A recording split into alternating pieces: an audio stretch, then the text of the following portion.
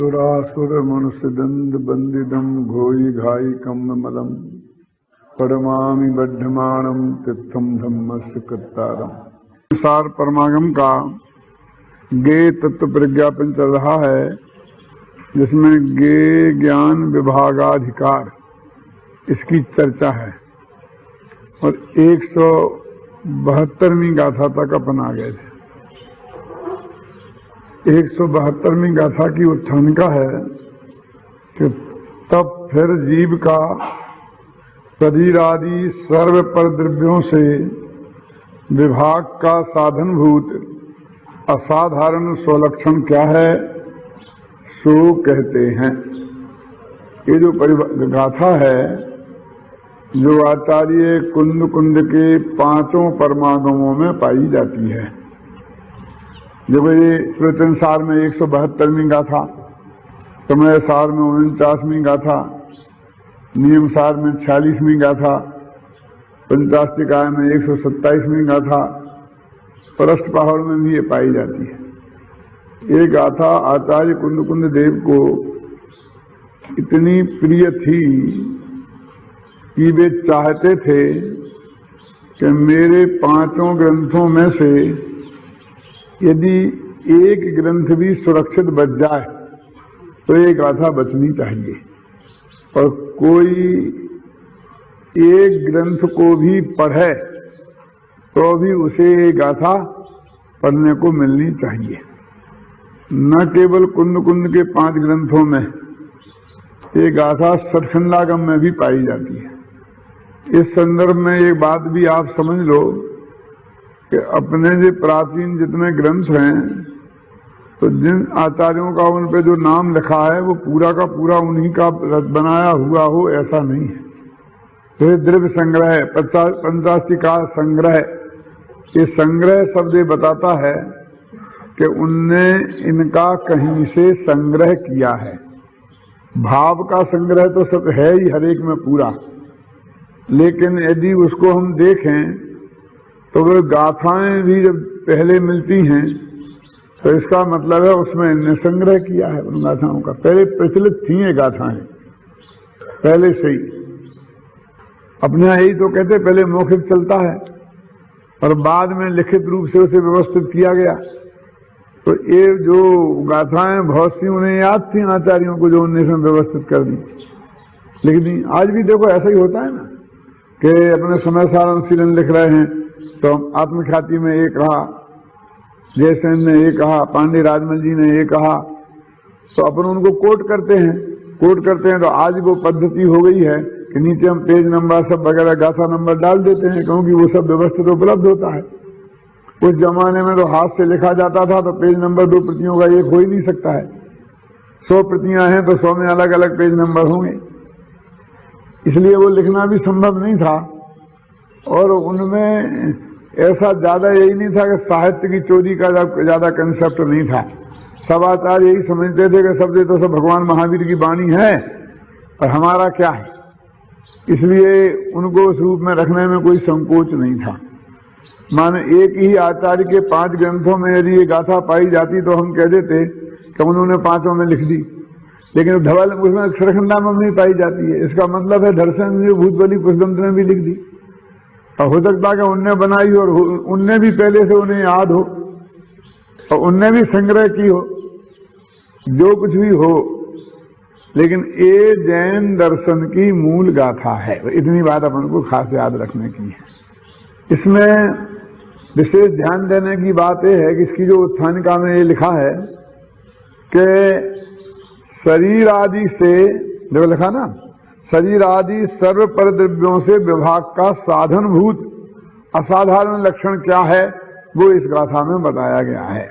लेकिन काय का शरीर से विभाग का कारणभूत, मैंने हर एक की वो जो मैं कह रहा हूं कि शुरू से ही एक बात कह रहा हूं कि उन्होंने असमान जाति द्रव्य पर्याय से भेद विज्ञान कराने की बात मुख्य रखी, और इस गाथा में भी वो बात कही है कि वो शरीर से भिन्न जो भगवान आत्मा है, देह देवल में विराजमान पर देह से भिन्न जो भगवान आत्मा है, उसको पहचानने के असाधारण लक्षण क्या हैं? असाधारण माने जो दूसरों में नहीं पाए जाते हैं। वास्तव में लक्षण असाधारण नहीं होता है। ऐसा नहीं कि एक साधारण लक्षण एक असाधारण लक्षण। जो गुण दूसरों में नहीं पाए जाएं उसी को असाधारण बोलते हैं। असाधारण कहो विशेष कहो एक ही बात है। तो असाधारण जो धर्म है उनकी हम एक आत्मा की बात करते हैं, लेकिन वो पहचान के चिन्ह की अपेक्षा कि जिससे हम आत्माओं को पहचान सकें।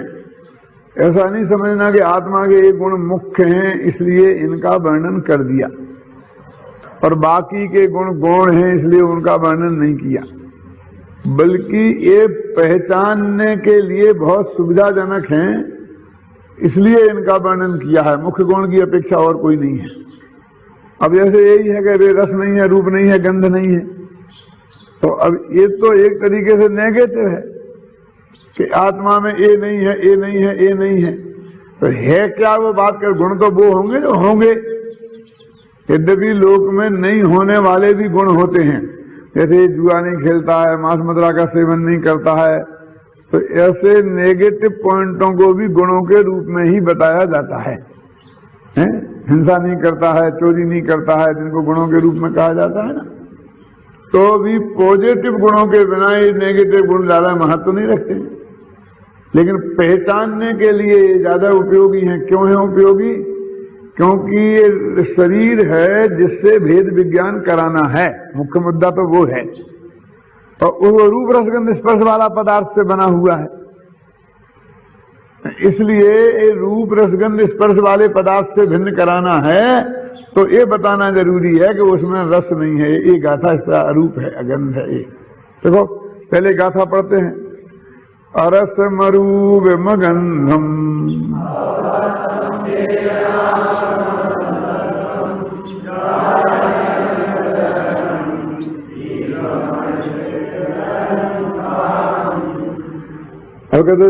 आत्मा अरस है, अरूप है, अगंध है। देखो भाषा तो पॉजिटिव ही है, आत्मा में रस नहीं है ऐसा कहां लिखा? वो तो ये कहते हैं कि आत्मा अरस है। क्यों? वो नेगेटिव तो आ लगा के बनाया, अरूप है, अगंध है। तो एक तो ये पॉइंट है इसमें कि जिस शरीर को आत्मा आज तक समझा गया है वो शरीर रूप रस गंध स्पर्श वाला पदार्थ है, तो ये आत्मा उससे भिन्न पदार्थ है, वो नहीं है, ये बताने के लिए इनको कहा। और दूसरा एक पॉइंट और है इसमें महत्वपूर्ण कि हमारे ज्ञान का उपयोग आज तक इंद्रियों के माध्यम से होता रहा है, और इंद्रियों के माध्यम से जो ज्ञान होता है वो सिर्फ पुद्गल का ही होता है, क्योंकि इंद्रियां रूपाधिक विषयों की ग्राहक हैं और वो रूपाधिक विषय जो है वो पुद्गल नहीं है।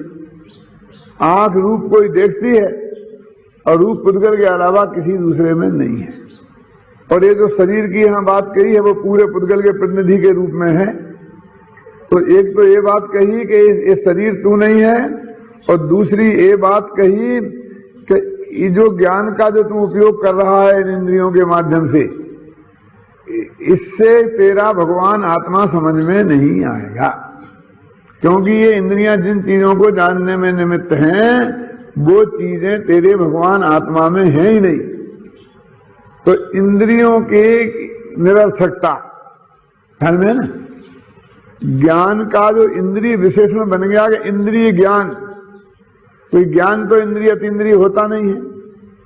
पानी तो लाल पीला नीला होता नहीं है, वो रंग का संयोग से जो रंग उसमें डाल दिया जाता है, नीला पानी, पीला पानी, लाल पानी, अपन ऐसा बोलने लगते हैं कि पानी तो पानी होता है, वो लाल नीला पीला नहीं होता है। ऐसे ही ज्ञान तो ज्ञान होता है, वो इंद्रिय अतीन्द्रिय नहीं होता है। अब चूंकि जिस ज्ञान का उपयोग इंद्रियों के माध्यम से हुआ तो उसको हमने इंद्रिय ज्ञान नाम दे दिया, तो फिर जो ज्ञान उन इंद्रियों के माध्यम से नहीं हुआ उसका नाम अतीन्द्रिय दे दिया। तो ये इंद्रिय ज्ञान, ज्ञान का ऐसा भेद और अतीन्द्रिय ज्ञान, ये भी दोनों ही इंद्रिय की अपेक्षा भेद है। इंद्रिय ज्ञान में तो इंद्रिय की अपेक्षा है ही, लेकिन अतीन्द्रिय ज्ञान में भी इंद्रिय ही मुख्य हो रही है। क्या है ना, वो इंद्रिय ज्ञान ही हावी है। इधर ज्ञान को ऐसा जो अतीन्द्रिय विशेषण देने की जरूरत क्या? ज्ञान तो ज्ञान है, उसे हम आत्मोत्थ कहें, ऐसा कुछ नाम दें, लेकिन आप उसको अतीन्द्रिय कह रहे हैं तो ये तो इंद्रिय की तरफ से रखा हुआ नाम नहीं, नाम है। तो दोनों ही, वो तो सापेक्ष ही हो गया ना। इंद्रिय ज्ञान भी इंद्रियों की पॉजिटिव सापेक्षता है और अतीन्द्रिय ज्ञान में इंद्रियों की नेगेटिव सापेक्षता है। ऐसा हम बोलते हैं कि चश्मा ज्ञान और अचश्मा ज्ञान, ये अननेचुरल है ना। मैं देखता हूं कि मैं चश्मे के माध्यम से पढ़ता हूं कि बिना चश्मे के माध्यम से पढ़ता हूं, तो बिना चश्मे के माध्यम के लिए ये बिना चश्मे के माध्यम से कहने की जरूरत क्या है?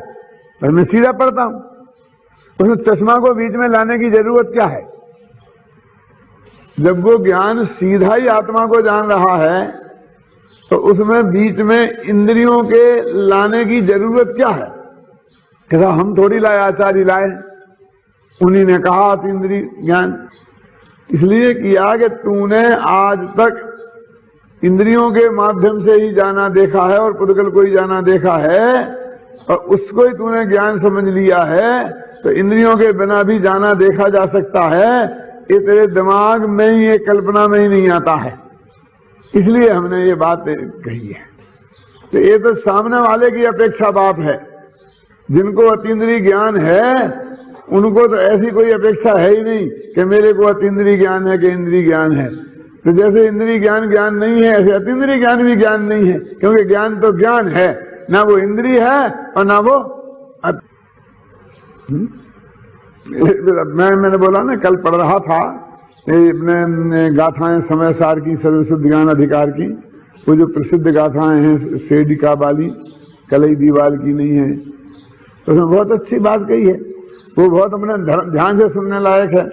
क्या वो कहते हैं कि ये कलई दीवाल की है क्या? नहीं, जो कलई अपन दीवाल पे पोत देते हैं ना, तो वो कहते नहीं कलई तो दीवाल की नहीं है, कि दीवाल जुदी है और कलई जुदी है, दोनों के प्रदेश अलग हैं, परमाणु अलग हैं, दोनों में अत्यंता भाव पड़ा है।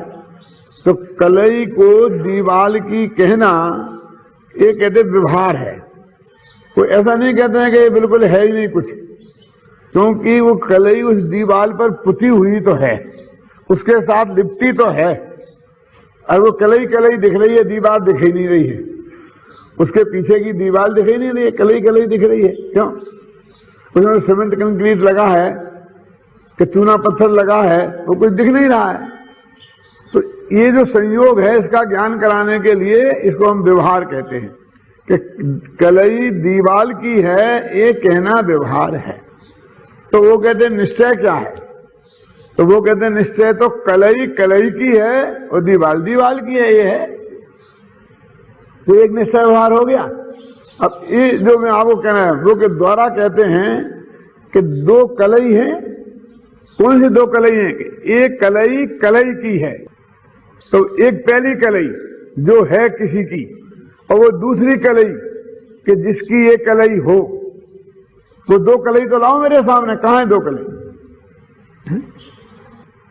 एक कलई कलई की है, इसमें इस कलई के अलावा दूसरी कौन सी कलई है कि जिसकी ये कलई है, कि दूसरी तो कोई नहीं है, यही है, इसी कलई की यही कलई है। तो ऐसी बात हो गई है कि आपका कोई दूसरा भाई है कि नहीं है, कि मैं ही मेरा भाई हूं, तो तू दो मेला, तो एक जिसका भाई है और दूसरा वो जो भाई है।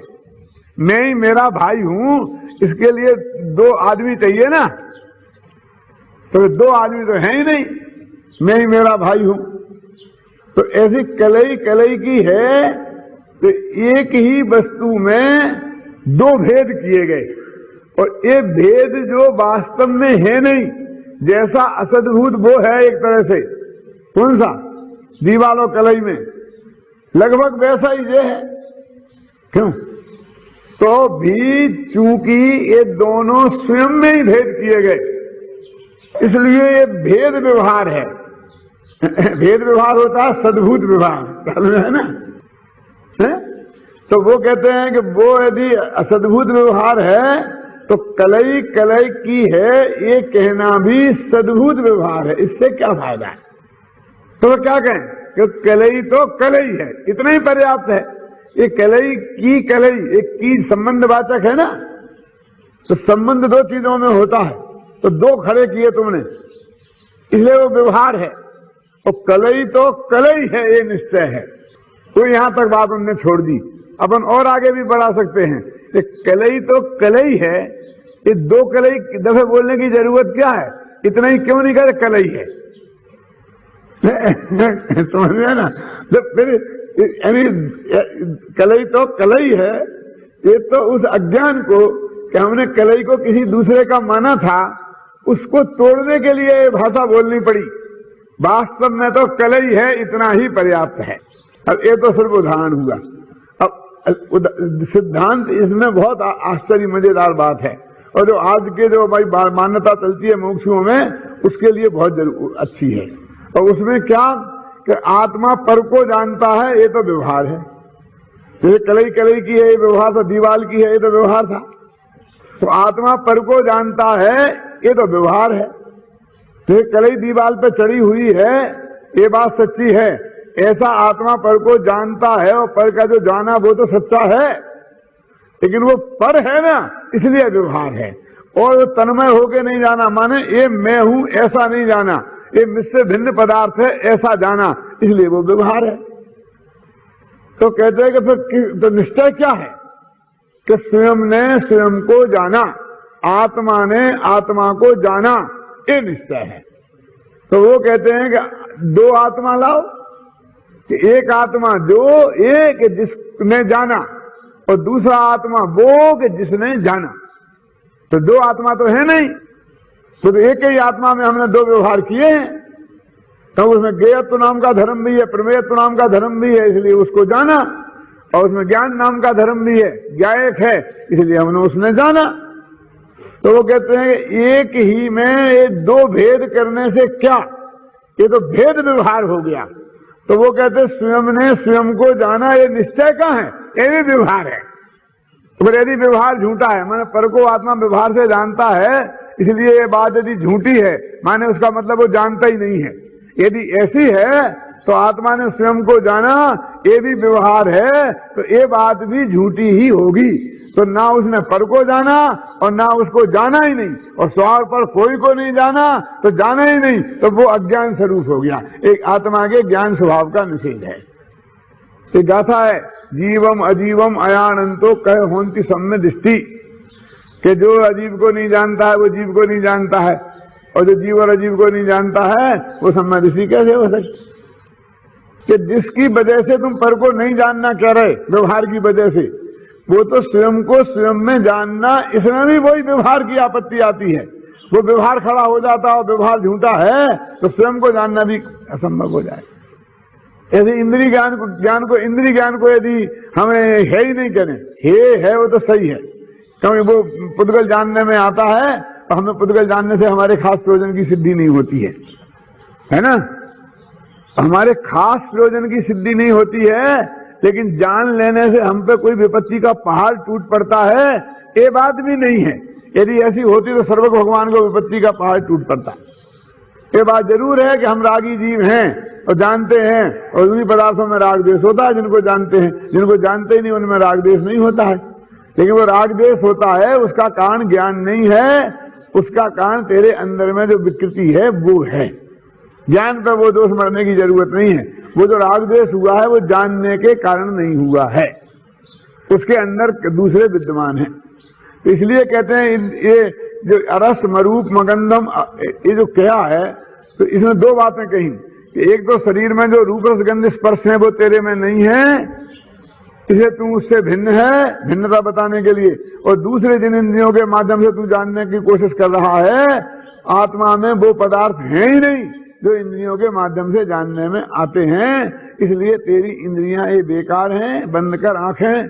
और ये भगवान आत्मा आंख खोलकर देखने की चीज नहीं है, आंख बंद करके देखने की चीज है। आंख माने पांचों इंद्रिय। इस तरह के अरस मरूप मगंधम अव्यक्तम चेतना गुण समद्धम। वैसे तो मैंने कहा ना कि ये गाथा इतनी अधिक महत्वपूर्ण है कि इसकी चर्चा 5 ग्रंथों में है, और अमृतचंद्राचार्य ने 3 ग्रंथों की टीका लिखी इन 5 में से। नियमसार नहीं, प्रवचनसार, समयसार और पंचास्तिकाएं। तो इन तीनों में अलग अलग तरीके से अर्थ किया। जब गाथा एक है तो अलग अलग तरीके से अर्थ करने का क्या मतलब। समयसार में अरस के 6 बोल दिए, मैंने 6 प्रकार से समझाया कि आत्मा में रस नहीं है। कैसे? एक तो यही कि रस नाम का गुण नहीं है, समझे ना। रस गुण जिसमें है ऐसा पर्याय द्रव्य वो नहीं है, रस पर्याय जिसकी है ऐसा नहीं है, फिर रस को जानता है इसलिए आत्मा ऐसा नहीं।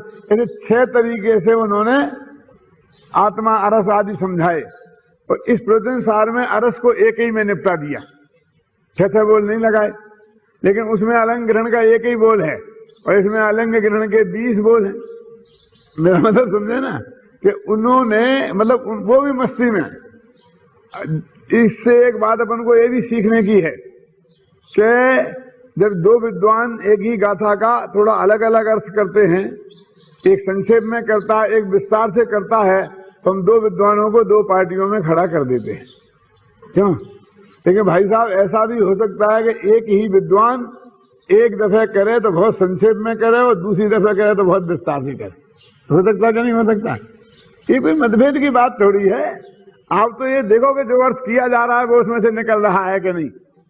2 आचार्यों ने अलग अलग किया, एक विद्वान ने 2 दफे किया तो अलग अलग किया है, वो एक सा है कि नहीं है। आप इसको देखो कि इन ज्यादा 2 पार्टी बंदी खड़ी करने की ज्यादा जरूरत नहीं है। ये इस बात से सिद्ध होता है कि एक ही आचार्य ने वहां अलंग ग्रहण का 1 बोल लिखा और प्रवचन सार में 20 बोल लिखे।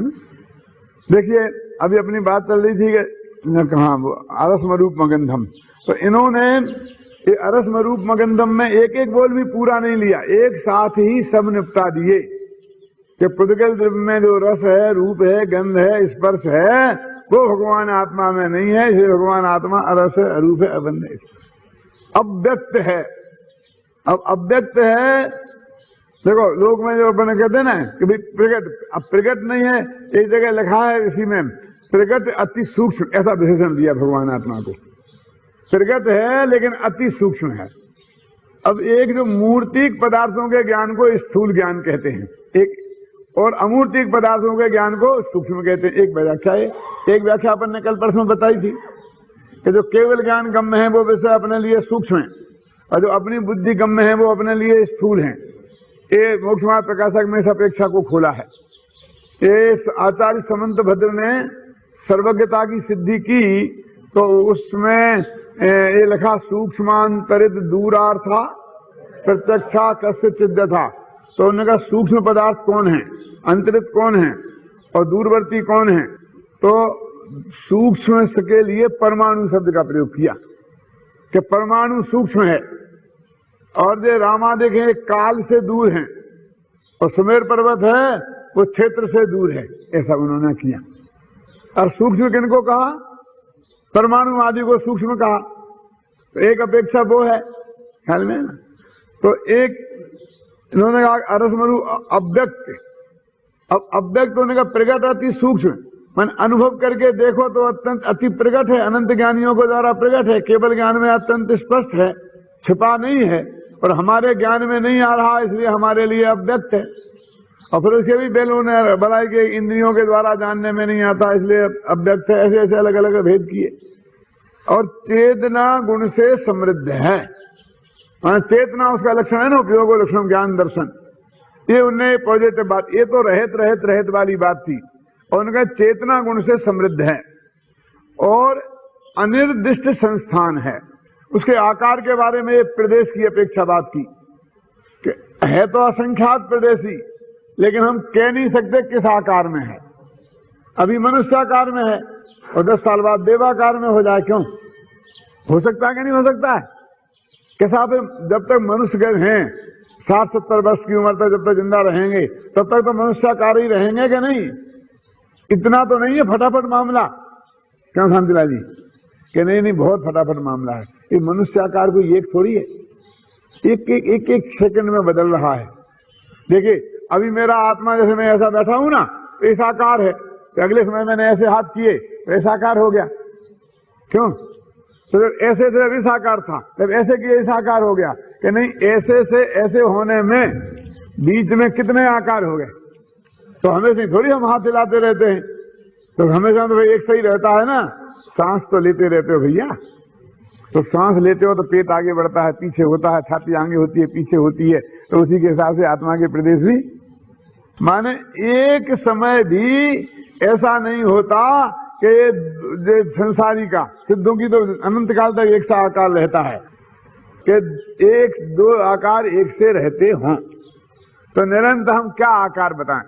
देखो अब आकार तो कोई ना कोई है, और निश्चय से असंख्यात प्रदेशी आकार है, और व्यवहार से कोई ना कोई आकार है। तो उनने कहा कि कैसा आकार है तुम बताओ, कि आकार तो है लेकिन कैसा है ये नहीं कर सकते, कह सकते। तो अनिर्दिष्ट आकार, निर्दिष्ट माने जिसे कहा जा सके, और अनिर्दिष्ट माने जिसे कहा नहीं जा सके। क्यों? अन्ना जी पूछे डॉक्टर साहब कैसी तबीयत है? कुछ कह नहीं सकते। क्यों? जैसे अच्छी हो तो अच्छी कह दो, खराब हो तो खराब हो। अभी बहुत बढ़िया है, और एक सेकंड में क्या होगा पता नहीं, एकदम चाय फ्रेश हो जाएगी, धीरे ठंडे पड़ जाएंगे, और फिर वैसा लगेगा कुछ नहीं है। 2 मिनट बाद वो फेस आगे गया, क्यों? तो फिर टंगे। होता कि नहीं होता? बोलिए आप। क्या आप में साहब कुछ पूछो मत कैसी है? एक कह गए हम तो खूब चलते मंदिर गए थे, देखा प्रश्न कर रहे थे खूब बढ़िया था। क्यों? तो उसको कहते हैं कि कुछ नहीं कह सकते कैसी है। उसे अच्छी भी कह सकते हैं, बुरी भी कह सकते हैं, ना अच्छी कह सकते हैं ना बुरी कह सकते हैं, दोनों ही कह सकते हैं, दोनों ही नहीं कह सकते हैं। क्या? इसलिए कहते भगवान आत्मा किस आकार का है? तो उनने कह दिया अनिर्दिष्ट आकार का है। माने आकार तो है लेकिन कहना संभव नहीं। जानना तो संभव है, केवल ज्ञान के ज्ञान में तो आ ही रहा है, लेकिन केवल ज्ञानी को भी कहना संभव नहीं है। कहते तो वे भी मजबूर है, मजबूर नहीं है, वो वाणी की कमजोरी है ना। और एक एक क्षण में तू बदल रहा है, अभी तेरे को हम जैसा कहें वैसा अगले क्षण नहीं रहे तो क्या करें? अनिर्दिष्ट संस्थान वाला है। और अब कहते हैं कि भाई तुम बार कह रहे हो कि जानो जानो जानो, तो कहते कैसे जाने? तो कौन से चिन्ह से ग्रहण करें? लिंग माने चिन्ह। ये जो अपन बोलते स्त्रीलिंग पुलिंग, ये भी वो लिंग शब्द चिन्ह के ही अर्थ में है। कि ये जो मनुष्य जाति है, तो मनुष्य जाति में जो 3 तरह के भेद हैं, स्त्रीलिंग पुलिंग और नपुंसक लिंग, तो इनके उन अंगों को भी लिंग ही शब्द से कहा जाता है। जो डिफरेंस है, जो सब नाक को लिंग नहीं कहा जाता, कान को लिंग नहीं कहा जाता, जो स्त्री पुरुष और नपुंसकों के एक से हैं उनको लिंग नहीं कहा जाता, लेकिन जो डिफरेंस है उसको लिंग, क्योंकि वो डिफरेंस माने भिन्नता को पहचानने के चिन्ह हैं। देखो तो लिंग शब्द ही पहचान के चिन्ह को कहते हैं। तो कहते लिंग ग्रहण माने ग्रहण करने के लिए कोई चिन्ह बताओ। तो कहते भैया किसी चिन्हों से पकड़ में आने वाला नहीं है, ये तो अलिंग ग्रहण है। अब उसके उनने 20 अर्थ किए अलग अलग तरीके से। क्या कि लिंग माने अनुमान भी होता है, तो अनुमान से पकड़ में नहीं आएगा, समझे ना। लिंग माने आगम भी होता, आगम से पकड़ माने किन किन से पकड़ में नहीं आएगा। ऐसे अलिंग ग्राह्य ऐसा शब्द नहीं किया, वो ग्रहण शब्द किया, तो 2 ही तरफ जाता है। जो ज्ञान शब्द है तो जानने रूप क्रिया में भी जाता है, ज्ञान गुण में भी जाता है, और ज्ञान जिस द्रव्य का गुण है उस आत्मा के बारे में। ज्ञान माने आत्मा, ज्ञान माने ज्ञान गुण, और ज्ञान माने जानना। सर्वासिद्धि में बताए ना, ज्ञायते अनेनेति ज्ञानम कर्णाधारे चाणक्य। कर्ण के अर्थ में और आधार के अर्थ में चाणक्य प्रत्यय से प्रयोग करके ज्ञान शब्द बना है। इसलिए जिसके द्वारा जाना जाए उसको ज्ञान कहते हैं, जिसके आधार से जाना जाए उसको ज्ञान कहते हैं, है ना। अथवा ज्ञप्ति मात्रम ज्ञानम, अथवा जानने ही मात्र को ज्ञान कहते हैं, अथवा जानात यो जानाति स ज्ञानम, जो जाने उसे ज्ञान कहते हैं, है ना। माने कर्ता के रूप में भी उसका प्रयोग होता है, करण के रूप में भी उसका प्रयोग होता है, अधिकरण के रूप में भी उसका प्रयोग होता है, और जानन क्रिया के रूप में भी उसका प्रयोग। एक कॉमन शब्द है ना ज्ञान, ऐसे उन्हें ग्रहण शब्द को कॉमन रखा कि वो चाहे जहां से मोड़ लें, इसीलिए तो 20 अर्थ निकाल लिए उनने। और 20 अर्थ तो मैं आपको बताऊंगा नहीं तो 20 अर्थ बताने में तो इतना समय लगेगा कि अपने पूरे 10 व्याख्यान जो भी बाकी हैं 8-10 वो सब पूरे खत्म हो जाएंगे और ये खत्म नहीं होगा। जब अपन समय प्रवचन अनुशीलन लिखेंगे, अथवा अपन ने पहले किए हैं, इन 20 प्रवचन अपने कैसेट हैं, अगे अलंग्रहण बोल पर ही 10-20 कैसेट होंगे। लेकिन मैंने आपको मोटा मोटा बताया कि ऐसे इस तरह से इस भगवान आत्मा का स्वरूप पहचानने के लिए उन्होंने बताया। आखिर अंत में तो यही बताया कि इन चिन्हों से कोई काम चलने वाला नहीं है। तू स्वयं भगवान आत्मा है, अपने ज्ञानोपयोग को अंदर में ढाल तो सीधा भगवान आत्मा तेरी पकड़ में आ जाएगा। ख्याल में ना। अब इस तरह से आप आगे बढ़ते हैं। देखो 173वीं गाथा। फिर उनने एक समस्या उठाई कि ये भगवान आत्मा तो शुद्ध बुद्ध निरंजन निराकार है, लेकिन ये चक्कर में फंस कैसे गया? क्या ये कर्मों से बंध कैसे गया? इस शरीर का संयोग हो कैसे गया, जिसकी वजह से इसको शरीर समझ लिया गया? क्योंकि उस शिष्य को ऐसा लगा कि सबसे बड़ा झगड़ा तो ये है कि इस शरीर में भगवान आत्मा है, इसलिए शरीर को भगवान आत्मा समझ लिया गया। यहाँ एक खवास जी का रास्ता है जयपुर में, सुना आपने? तो वो खवास जी कौन से मालूम आपको? कि राजा का नाई था, राजा के बाल बनाता था, तो जी ना दाढ़ी बनाने जाता था, तो एक गप्पे लगाता था। क्यों? वो टाइम ऐसा होता है कि लोग हल्के मूड में रहते हैं और नारायण नाथ तो धूता तो कुछ न कुछ गप्पे लगाता था राजा साहब जी। राजा जी किसी बात से प्रसन्न हो गए तो उन्होंने कहा खवास जी जो मांगना हो मांग लो। तो उन्होंने कहा हुजूर बस इतनी सी बात चाहिए कि आपकी जब सवारी निकले जयपुर में शहर में से, तो सारी भीड़ में मैं भी खड़ा रहूंगा दर्शनों के लिए।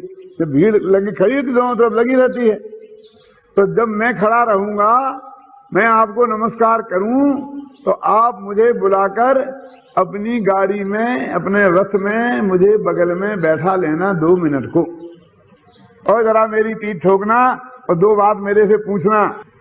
बस मैं इतनी सी कृपा दृष्टि आपकी चाहता हूं, और मेरे को आपसे कुछ नहीं चाहिए। बस मेरे को बुला के जरा मुस्कुरा के बात कर लेना, बस खत्म। फिर ठीक है, इसमें क्या है, इतना सा कर लेंगे, इसमें क्या फर्क पड़ता है। और इतना किया, सारे गांव ने देखा कि राजा जी खवास जी से बहुत प्रेम से बोले और हाथ रख दिया पीठ पर।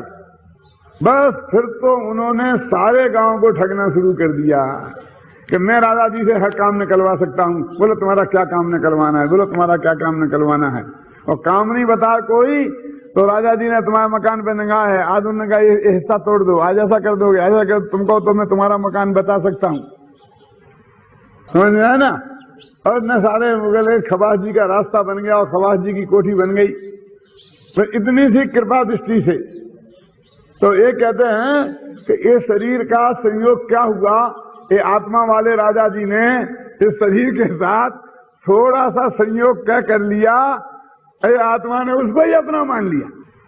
तो इसलिए आखिर ये हुआ कैसे, इसके बारे में एक दफे आचार्य कहते हैं हम थोड़ी सी विचार और करते हैं।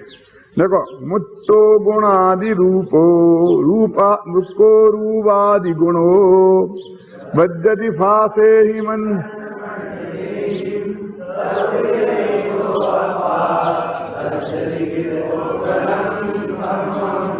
कहते पुद्गल जो है वो मूर्तिक है, वो स्पर्शादि गुण वाला है, और भगवान आत्मा उससे विपरीत है। फिर भी ये मूर्ति पुद्गल कर्मों से कैसे बन गया, हमको तो आश्चर्य ये है। ये तो इसमें आश्चर्य प्रकट किया। देखो बस क्या कैसे बनता है, किसने खड़ा किया। देखो क्यों कि मुत्तो रूपादि गुणों, पुद्गल तो मूर्ति का रूपादि गुण वाला है, और भगवान आत्मा तद विपरीत हो, उससे विपरीत गुण वाला है। तो बंधति किम पुद्गलम कम्मम, ये पुद्गल कर्म से कैसे बन गया। देखो वहां ये बात आई ना पीछे, वो सब कहने के बाद में कि तुम्हें ये जो शरीर है इसके अंदर जो रूप रस गंध स्पर्श है वो तुम नहीं हो। वो चेतन तत्व है, वो तुम हो। तो वो क्या कहने लगा कि हो कैसे गया? जब हम दोनों बिल्कुल जुदे जुदे पदार्थ थे, हम दोनों में अत्यंता भाव था, क्यों?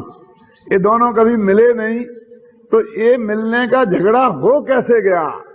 ये प्रश्न इस गाथा में उठाया है, और जो जवाब दिया है वो इतना गजब का है कि बस आप कह नहीं सकते। वो समय सार की स्टाइल का है, वो समय सार की स्टाइल नहीं, वो कुंद कुंद की स्टाइल है। वो इसी में से तो जो अनंत अज्ञान खड़ा हुआ है, घबराना नहीं। कुंद कुंद की वाणी में से कि हाँ, वो यही कहते कि हाँ, पर हमने इसे जाना क्या, और हो गया। इसका जानना कारण है, ऐसा कहते हैं। जैसे उसमें लिखा ना, बंद का कारण ज्ञान गुण है, और फिर बाद में कहा ज्ञान गुण का जघन्य परिणमन, और जघन्य परिणमन के साथ में राग अनिवार्य होता है। तो था तो राग बंद का कारण, और बात कहां से उठाई? जानने से, कि भाई तुम आत्मा इस शरीर के चक्कर में, कर्मों के चक्कर में फंस कैसे गया? तो जैसा मैंने कल कहा था कि हंसे सो फंसे समझा ना, हंसे सो फंसे, कि ये आत्मा ने इसे जाना और उसको ही मान लिया अपना, उसे ही राग करने लग गया और फंस गया। देखो क्या लिखा, रूवादे ही रह दो पेच्छति जानादि रूप मादीनी।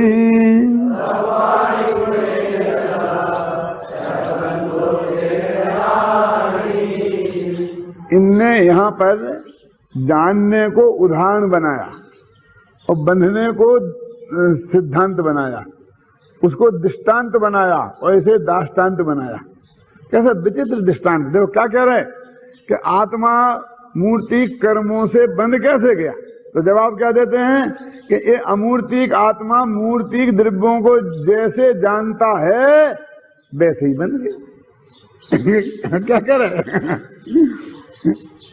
तो जानना पर को और बंधना पर से, तो एक उदाहरण में रखा, इसी तो भ्रम खड़ा हो गया। इस हमने बंधन जैसा ही जानने को भी है मान लिया कि इसी तरह के वाक्यों से हमारा वो भ्रम तो हुआ है। तो क्या कह रहे हैं कि ऐसा जो तुम कह रहे हो कि पर से बंधा क्यों, कि वो तो मूर्तिक है, आत्मा तो अमूर्तिक है। तो वो कहते तुम तो ऐसा भी कह सकते हो कि आत्मा तो अमूर्तिक है, वो मूर्तिक को उसने जाना कैसे? जब अमूर्तिक पदार्थ को जान सकता है, तो अमूर्तिक पदार्थ मूर्तिक से बन भी सकता है। ये उदाहरण दिया है, अब उसको सिद्ध कर रहा है वो कैसे। इसीलिए तो वो जानने को बंधने को उनने एक न्याय में रखा। जैसे पर का से मैं बंधा हूं ऐसा कहना, पर का मैं करता हूं ऐसा कहना, और मैं पर को जानता हूं, ये दोनों को एक ही असद्भुत व्यवहार न्याय में रखा। तो इसकी वजह से भी हमें भ्रम खड़ा हो गया। देखो सुनो, जैसे रूपादि रहित रूपी द्रव्यों को, देखो इसमें जो हिंदी है ना, तो थोड़ी सी अस्पष्टता सी रहती है। तो मैं जो दृष्टि आपको दूं उससे देखना तो आपकी समझ में आएगा, और फिर आपको दिखेगा कि वो अर्थ इसमें है। वैसे देखोगे तो नहीं दिखेगा। जैसे रूपादि रहित रूपी द्रव्यों को और उनके गुणों को देखता है कौन? आत्मा।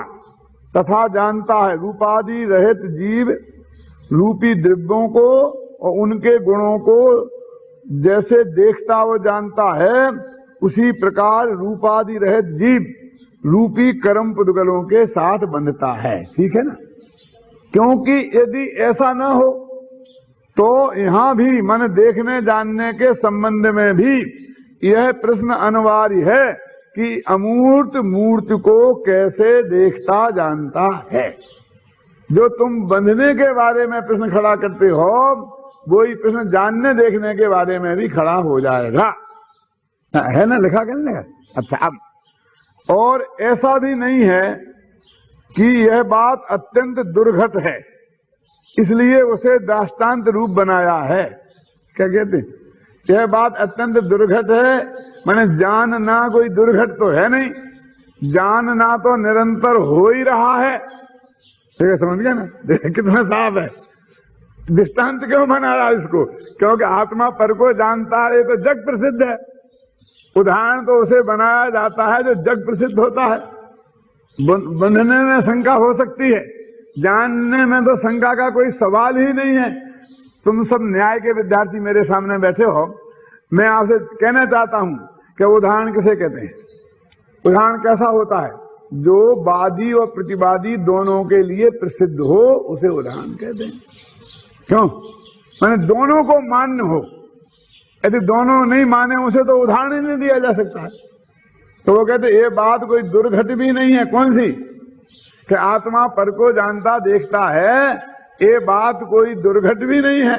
माने ऐसी घटना घट रही है। दुर्घट माने घटना जिसका संभव नहीं हो। जैसी घटना नहीं घटी हो उसको बोलते हैं दुर्घट। कि घटना कठिन हो, पर को जानना कोई बहुत कठिन काम तो है नहीं, ये तो स्वभाव है। निवोदिया से लेकर और सिद्धों तक स्फुरायमान है, ठीक है ना? दुर्घट भी नहीं है। और अब उसी को दृष्टांत द्वारा समझाया गया है। अब दृष्टांत द्वारा देखो क्या दृष्टांत भी देखो आचार्य कहां से लाते हैं। बाल गोपाल का पृथक रहने वाले मिट्टी के बैल को अथवा सच्चे बैल को, मिट्टी के छोटा सा बैल का खिलौना हो, तब बैल का खिलौना हो, सच्चा बैल हो, और बाल गोपाल माने घर में छोटा सा बच्चा है।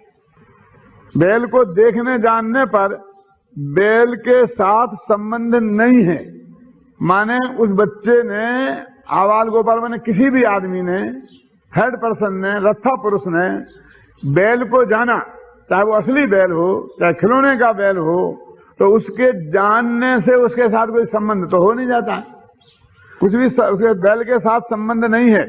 तथापि विषय रूप से रहने वाला बैल जिसका निमित्त है, ऐसे उपयोगारूढ़ वृषभाकार दर्शन ज्ञान के साथ संबंध बैल के साथ संबंध रूप व्यवहार का साधक अवश्य है। अब ये जरा बहुत टेढ़ी बात हो गई। घर पे बैठ के शांति से पढ़ना। अभी मैं आपको समझाता हूं, उसे सुनो और फिर इसे टेप पे भी सुनना। क्या कह रहे हैं कि वो बच्चे ने वास्तव में उस बैल को नहीं जाना जो असली बैल है अथवा वो जो खिलौना वाला बैल है। तो क्या जाना कि उस बैल के आकार ज्ञान की पर्याय परिणमित हुई। उसको ऐसा भी कहते हैं कि ज्ञान की पर्याय में बैल का आकार झलका, बोलते हैं ना जैसे दर्पण में झलकता है। लेकिन इसका अर्थ क्या है कि उस ज्ञान में अंदर में एक बैल बना। एवं बोलते हैं ना ज्ञान घट, शब्द घट और अर्थ घट। तो ज्ञान में एक अर्थ बना, ज्ञान में एक पर्याय बनी, और पर्याय भी अर्थ तो है ना, द्रव्य अर्थ, गुण अर्थ और पर्याय भी, तो वो भी एक पदार्थ हो गया। कौन सा? जो उसके ज्ञान में बैल बना, उस ज्ञान की पर्याय को उसने जाना तो उस ज्ञान की पर्याय को है। तो कहते हैं कि वो ज्ञान की पर्याय को जानना तो हो गया यहां निश्चय। और चूंकि वो बैल का आकार बना इसमें, तो उसमें बैल निमित्त था। तो बैल का आकार बैल का ही क्यों बना, गधे का क्यों नहीं बन गया? क्योंकि उसमें बैल निमित्त था। तो बैल है जिसमें निमित्त। ऐसी ज्ञान पर्याय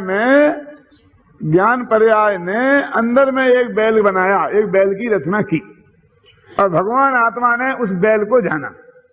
तो कहते हैं वो बैल को जानना हुआ निश्चय, और उस बैल के आकार बनने में जो निमित्त था उस बैल को जानना हुआ व्यवहार। अब वो निश्चय तो कहा नहीं जाता, दुनिया में कभी नहीं कहा था मैंने ज्ञान की पर्याय के बैल को जाना है, तो यही कहा था मैंने बैल को जाना। देखो वो निश्चय तो साइलेंट रहता है, वो तो उसकी एक प्रक्रिया है। जैसे मैंने आपको उदाहरण दिया था कि डॉक्टर ने आपको एक्सरे में देखा, अब आपकी तो शक्ल भी नहीं देखी, आपको तो बुलाया ही नहीं, सारी जांचें लिख दी, अब वो सारी रिपोर्ट आ गई, वो रिपोर्ट देखी और कहा मैंने आपको अच्छी तरह से देख लिया कि डॉक्टर साहब मेरे को देखा ही नहीं, आपने कपड़े ही नहीं खुलवाए, ओंधा सीधा किया ही नहीं, पेट में देखा ही नहीं, कि मैंने सब देख लिया ना। बोले उसने देखा कि नहीं देखा? आपके फोटो को देखा तो आपको देख लिया, और आपको यहाँ क्या दिखना है? यहाँ जो अंदर का जो गड़बड़ दिखाई दी वो तो उससे देख ली, यहाँ देखने से क्या होगा? तो ऐसे ही जैसे कहते हैं कि उसने कौन से बैल को देखा था? जो उसके ज्ञान पर्याय में बना था, तो उसी से ये व्यवहार होता है। अब वो कर्म पे बता रहे हैं कि आत्मा में राग पैदा हुआ, तो ज्ञान ने जाना तो अपने ज्ञान पर्याय से, इसमें पर का कुछ नहीं है, लेकिन जो आकार ज्ञान में बना था उसका निमित्त वो बैल था। ऐसे जो यहाँ राग हुआ उसका निमित्त वो परद्रव्य था। कोई स्त्री थी, पुत्र था, मकान था, जायदाद था। क्यों? तो जैसे वो राग भाव उनका उसका कर्ता भगवान आत्मा को कहा जाता है ना, निश्चय से, अशुद्ध निश्चय में ऐसे कहा जाता है ना। तो जैसे ज्ञान में जो गेय झलकता है और उसके आकार बनता है, उसको जानने की वजह से जिसके निमित्त से वो आकार बना है उसको जानने का व्यवहार प्रचलित है, ऐसे ही जिस राग से वो बंध हुआ है, जिस निमित्त से वो राग हुआ है, वो पर पदार्थ को भी वो बंध का कारण कहा जाता है। वो एक समय लगेगा उसमें, इसलिए आया ना। देखो, बैल जिसका निमित्त है, ऐसे उपयोगात्मक, उपयोगारूढ़, उपयोग में विश्वाकार बैल का आकार बना, वो दर्शन ज्ञान के साथ का संबंध वाले बैल के साथ। अब वो दर्शन ज्ञान के साथ उस बैल का संबंध है, कौन सा? जो ज्ञान पर्याय में बना है। संबंध रूप व्यवहार का साधक अवश्य है। इसी प्रकार आत्मा अरूपी पने के कारण स्पर्श शून्य है ना, इसलिए उसका कर्म पुद्गलों के साथ कोई संबंध नहीं है, पहली बात। तथापि एक क्षेत्रावगाह रहने वाले कर्म पुद्गल जिसके निमित्त हैं, ऐसे उपयोगारूढ़ राग द्वेषादि भाव, उपयोग में राग द्वेष भाव हैं और उनके निमित्त हैं वो कर्म के साथ संबंध, कर्म पुद्गलों के साथ बंध रूप व्यवहार का साधक अवश्य है। इसलिए व्यवहार से हमने कर्मों को बांधा, ऐसा भी कहा जाता है। ठीक है ना। देखो, भावार्थ भी पढ़ोगे तो ये आपको सारी बात बहुत स्पष्ट हो जाएगी धीरे धीरे। अभी इसमें तो बहुत माल है, ये ज्यादा मैं इसमें समय नहीं दे सकता। आपको तो अपन व्यवहार यहीं पढ़ लें, चाहे आप घर पे पढ़ लेना। लोग थोड़ा पढ़ते हैं। वास्तव में अरूपी आत्मा का रूपी पदार्थों के साथ कोई संबंध न होने पर भी, अरूपी का रूपी के साथ संबंध होने का व्यवहार भी विरोध को प्राप्त नहीं होता। वास्तव में तो कोई संबंध नहीं है, लेकिन हमने अरूपी रूपी का संबंध का जो व्यवहार की बात कही, वो भी उसमें कोई विरोध की बात तो नहीं है। जहां ऐसा कहा जाता है कि आत्मा मूर्तिक पदार्थ को जानता है, वहां परमार्थ अमूर्तिक आत्मा का मूर्तिक पदार्थ के साथ कोई संबंध नहीं है। तो नापि सर्वोपि संबंधो परद्रव्यात्म तत्व, और जान रहा है वो कोई संबंध नहीं है, क्योंकि ज्ञेय ज्ञायक संबंध कोई संबंध नहीं है उसका। तो मात्र उस मूर्तिक पदार्थ के आकार रूप रहने वाले ज्ञान के साथ ही संबंध है, और उस पदार्थाकार ज्ञान के साथ के संबंध के कारण ही अमूर्तिक आत्मा मूर्तिक पदार्थ को जानता है। ऐसा अमूर्तिक मूर्तिक का संबंध रूप व्यवहार सिद्ध होता है। इसी प्रकार जहां ऐसा कहा जाता है कि अमुक आत्मा का मूर्तिक कर्म पुद्गलों के साथ बंध है, वहां परमार्थ था अमूर्तिक आत्मा का मूर्तिक कर्म पुद्गलों के साथ कोई संबंध नहीं है। आत्मा का तो कर्म पुद्गल जिसमें निमित्त हैं, ऐसे राग देश भावों के साथ संबंध है, और उन कर्म निमित्तक राग देशादि भावों के साथ संबंध होने से ही इस आत्मा का मूर्तिक कर्म पुद्गलों के साथ बंध है। ऐसा अमूर्तिक मूर्ति का बंध रूप व्यवहार सिद्ध होता है।